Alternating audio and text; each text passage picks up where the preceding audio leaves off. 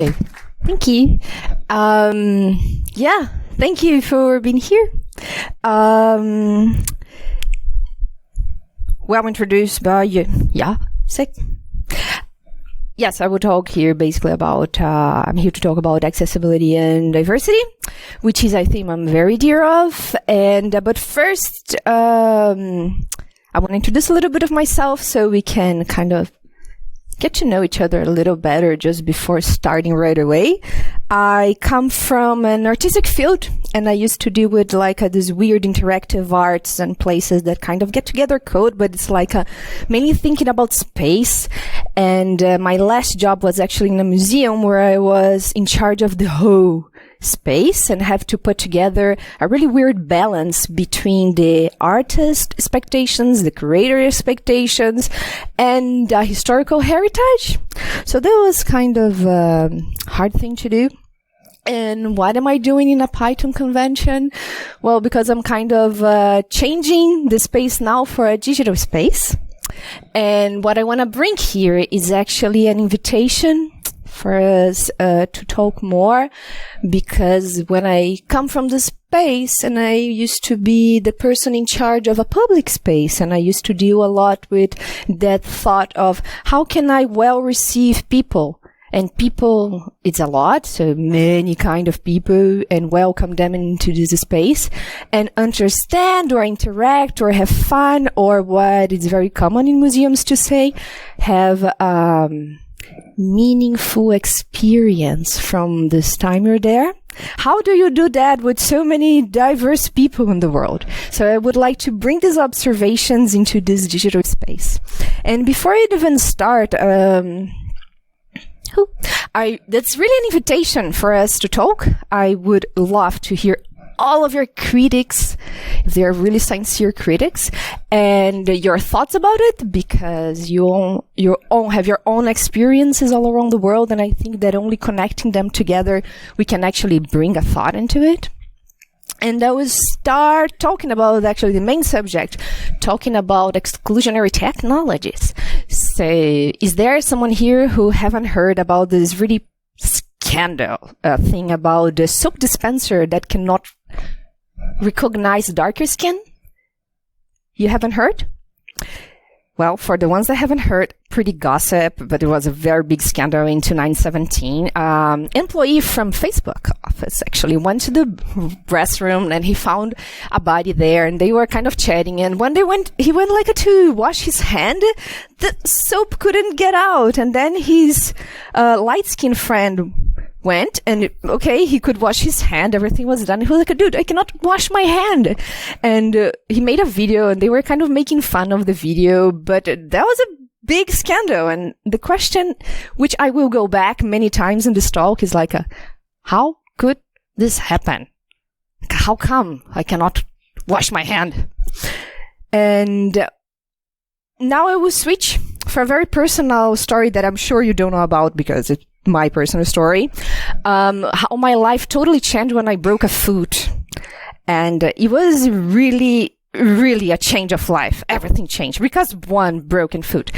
And I had already this travel to Uruguay booked, and I have the broken foot, and when I wanted to give up, so I have the brilliant idea of renting a wheelchair. And with this wheelchair and this weird experience, I had the whole package of, you can imagine, of user experience. I went through the airplane, through boat, through train, through taxi, a few public transport, historical heritage, museums, and shopping, and everything you can imagine I experienced, even beach.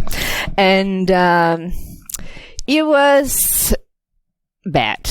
It was bad. The first thing I felt that I really lost was indeed my dignity, because suddenly you were underneath everyone's eyes, and you cannot actually talk to person. People are not looking at you. It's oh my God, I lose my dignity. But besides of that, I felt there was always something missing. Has everyone ever experienced that? Been in a wheelchair for a while? It's weird. You should try to rent that and go around the city. But yes, what I miss more was that everything, it was always missing something. And I bring the bathroom again because the bathroom was what struck me more. When I could actually find a bathroom to get in with the wheelchair, I couldn't actually turn around.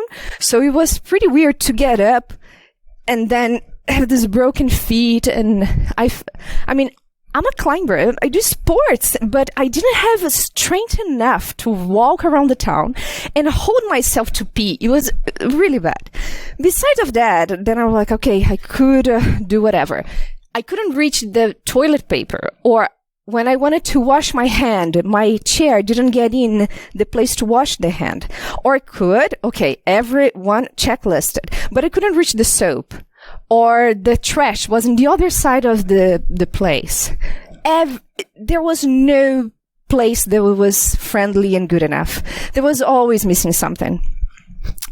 So, could you imagine what it is not being able to use a bathroom?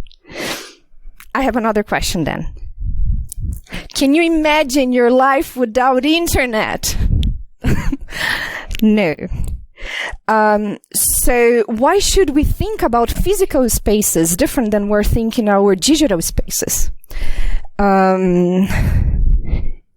Yeah. Or at least not its full usability, because sometimes we can think, oh yeah, I can use that. No, there is a contrast, but there's not the full usability. And it's the same experience of actually going to the bathroom and cannot wash my hands. It's a kind of doing a little, yeah. I have to give a little gift warning. If it's really bothering someone, please tell me, because I love gifts, but sometimes bothers people and I try not to stay much on them. So I have to say that out loud just as reinforcement, because I thought it was a really beautiful phrase. But actually, to be denied of basic necessities is to be denied of basic rights. And that's how my experience in the museum, in the actual physical space, come when I'm learning to be a developer. And I'll go back to the question, actually. How could that happen with this scandal of the soap thing, right? And one of the things that comes to my mind is that how come that not happen if we're actually living in bubbles and we're always surrounded by people that look like us and we're actually mirroring each other all the time? How can we expect to see outside of this bubble? That's what I call, and we use this weird word that I tried to find another, but I really like that one, that lack of diversity actually means lack of epistemology. That means that when I do not have a different point of views or a different perspective, it is impossible to have a really big understanding of something. But that's very hard to understand in the real life. And I mean, we talk a lot, and probably in the tech industry, we do hear a lot about diversity and inclusion and diversity. But what does that actually means that? And even though I'm telling you about that we need a lot of people around, it's loss of epistemology, what does it mean? So I thought about something that may be a little brutal, but kind of works in my head when we transfer this question into a political meaning. Especially here in Berlin, that we're surrounded by an undeniable history of political history. So let's think about when you have a political subject that denied or oppressed another or a different point of view. How do we call it? Fascism. So let's put that into environments, not actually society, which is a micropolitic as well. How would you call a place that we just do not have diversity or opposition to our point of view?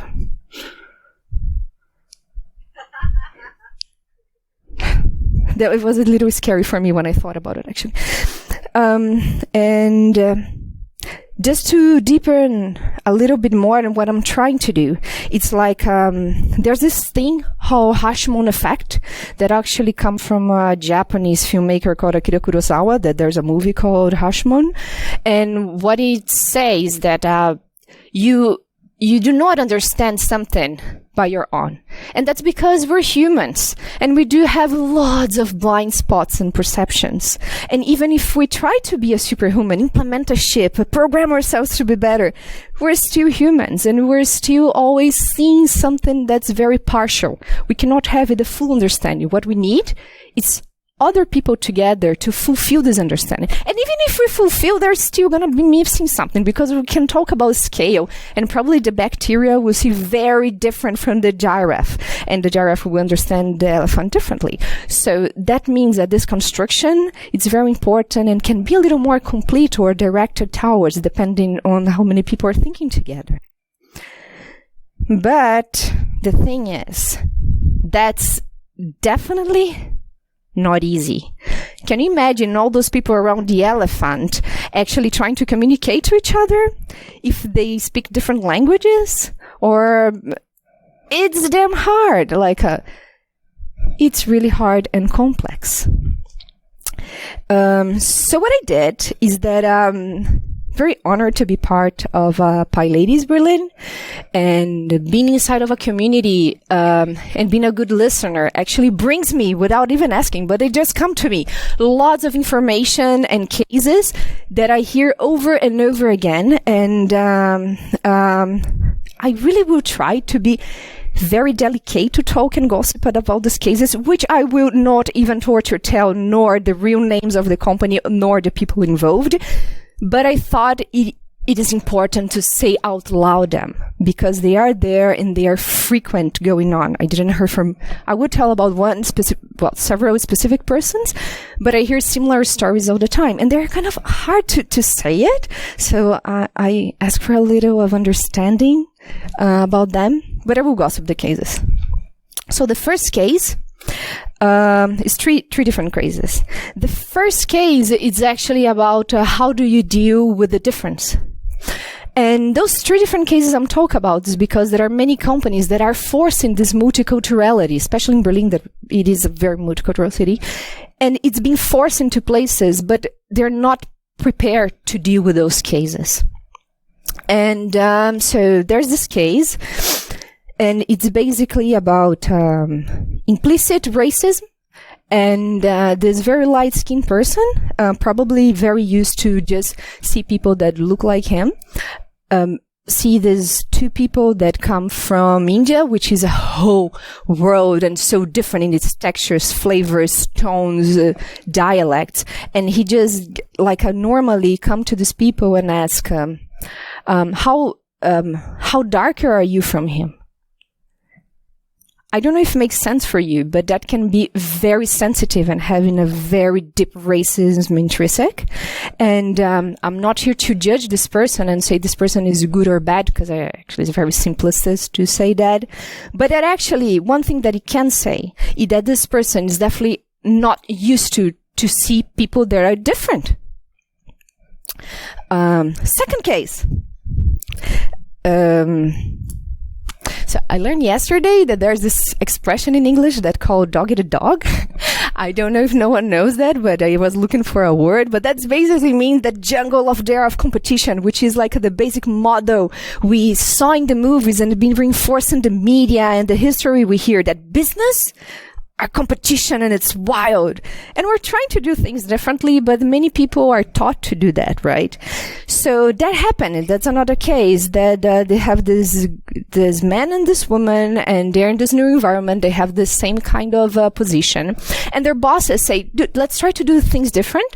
And why don't you learn to each other and change the experience to each other and like a pair coding together? And they were like, oh yeah, cool, super nice. And then the girl was super excited, grabbed her chair, like a seat by the guy, and said, yeah, cool, let's do it. And when she got there, the guy looked at her like I'm really not understanding what you're talking about, but I'm not wasting my time with you.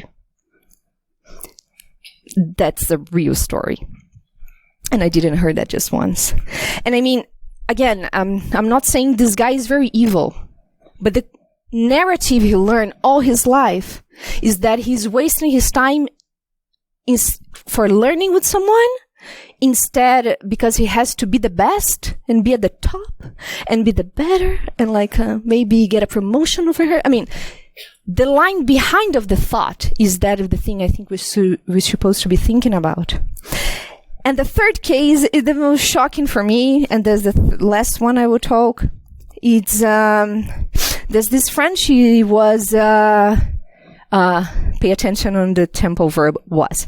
User experience designer in a big company, and she deals with wearables. Wearable are those really cool stuff actually meant to wear. So if someone don't know what it's like, so like you can have a soft circuit and you can maybe do a movement and then the light change or something like this.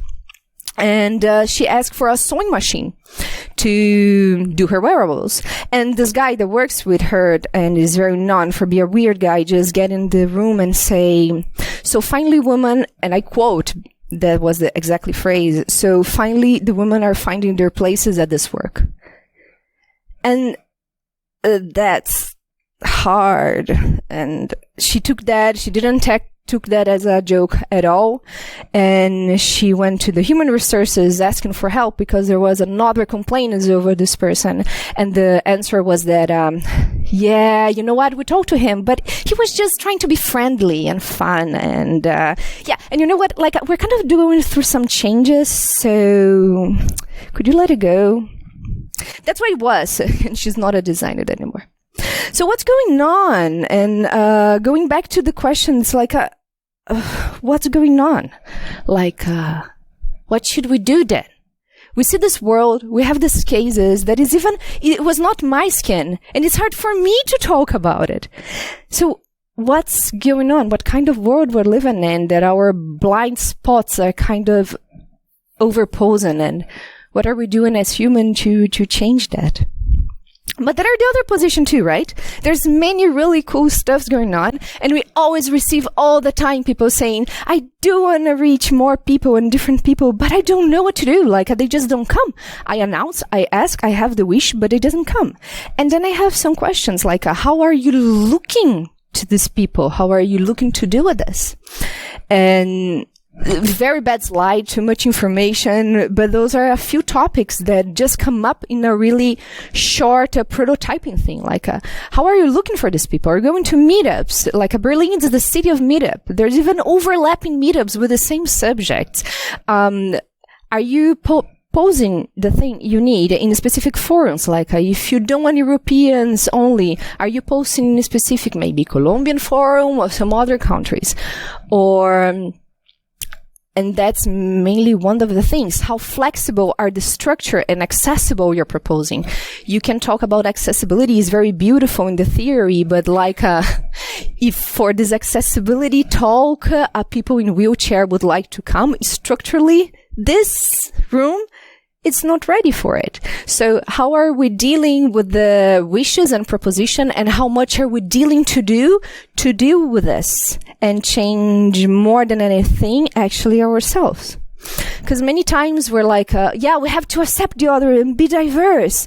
But at the end, without actually knowing, and again, it's not like people's fault being bad or good, but because the narrative we're used to hear and being reinforced all the time are narratives that we cannot actually see what's going on. So how much we're doing that, we're actually trying to make people look like us instead of actually being open to accept it, what I call the otherness. Kind of like this word too. And yeah, that's how I go back for the last time to the question, how come that happened with the soap dispenser? How come?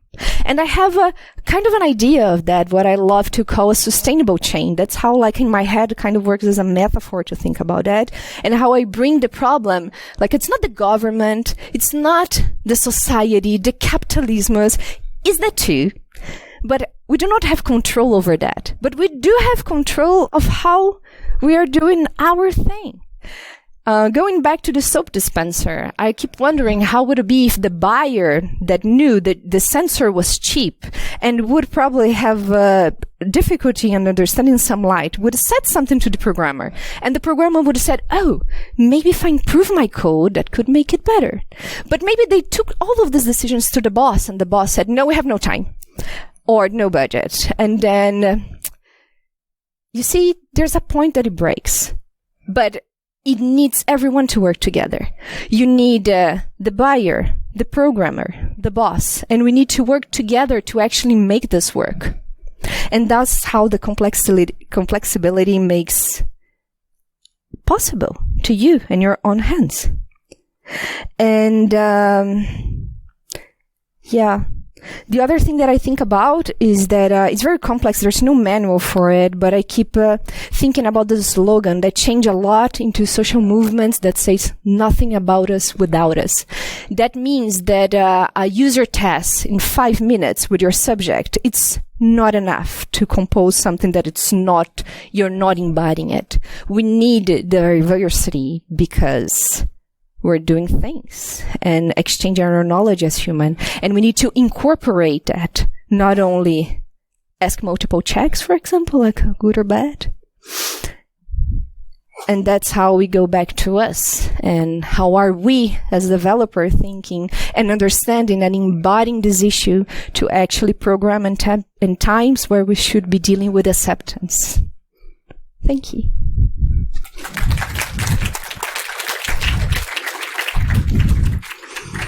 So we have plenty of time for questions.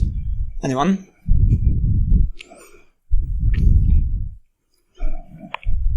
No. Okay, so I have a question. How could we be more, as programmers, for example, can we make ourselves more aware of these issues?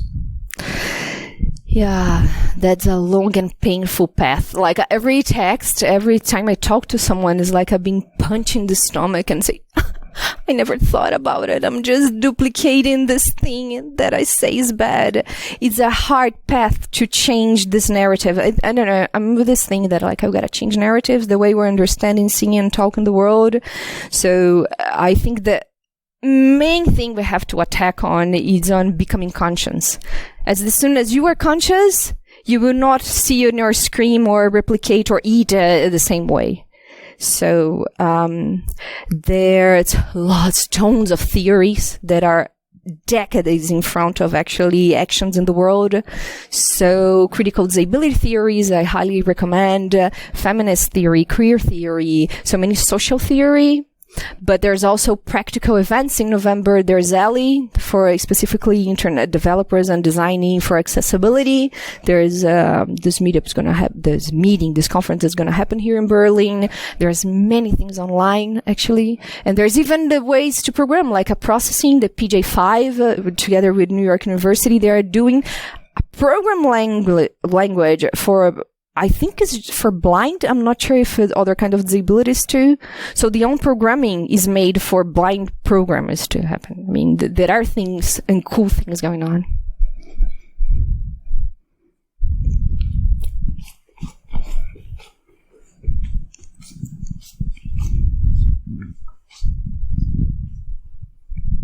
Thank you very much for the talk. So this isn't really a question. It's more kind of a comment and a kind of personal experience as well. So I think one thing, 2 points actually. So one, I think in German, I hear a lot of people who are German natives when they talk about programmers and things at work, for example, go, well, and then the programmer, he does this and he does this and he does this. And it's just very frustrating sometimes when I'm like, you can just say they, or even you could say she. And it's just a tiny little thing. And it's kind of, it doesn't make a big difference in speaking, but it does make a big difference for the listener when you feel like actually they're talking about me as well. Oh, he's talking about me as well. And so I just like to make any German native speaker here maybe aware that saying they as a kind of gender neutral, all-inclusive term is perfectly English correct, like grammar. So you can say that is fine. And the other, I just wanted to tell a brief story kind of about what happened to me the other day, which was that my computer wasn't working and I was plugging it in, and my female coworker, so I'm a data scientist and she's a trained engineer, but we're working in finance. And she was making the comment that, oh, why don't you call your male colleague literally to plug in the computer? And I was like, Anna, we've worked together for like 2 years now.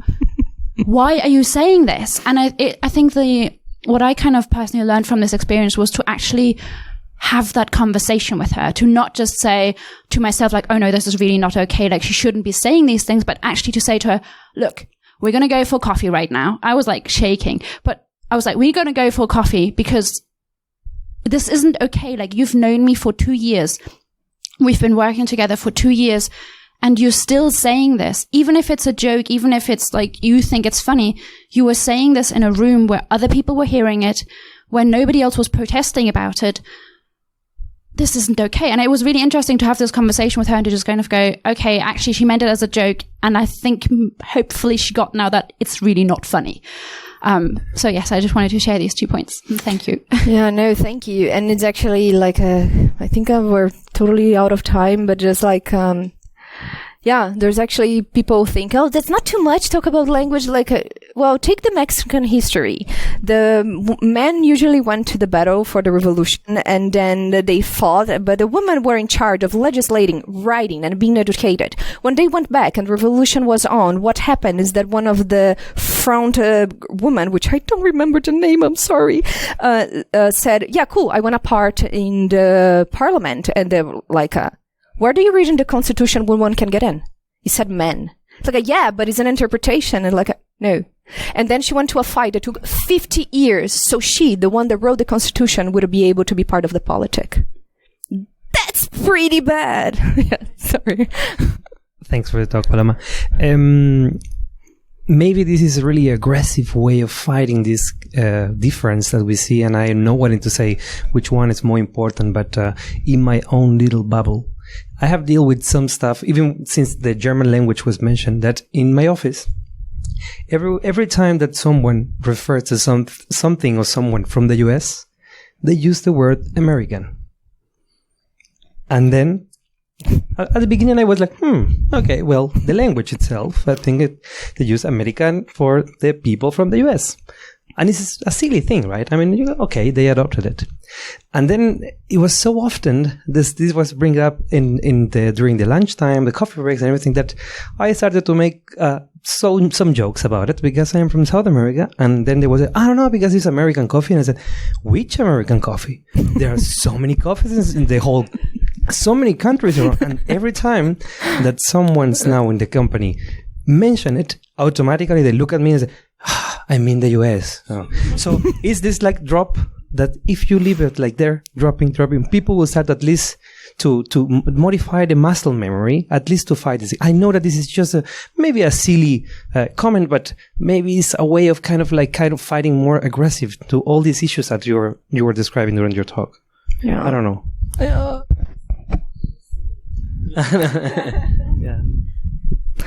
No, totally. We're done? The time? Any more questions? Well, I would love to keep on talking with you, really, like in the halls and in other meetings, because that's a very dear subject, and we need everyone to be involved, otherwise we break the chain. So I guess you could approach Paloma after the talk, and thank you. Thank you.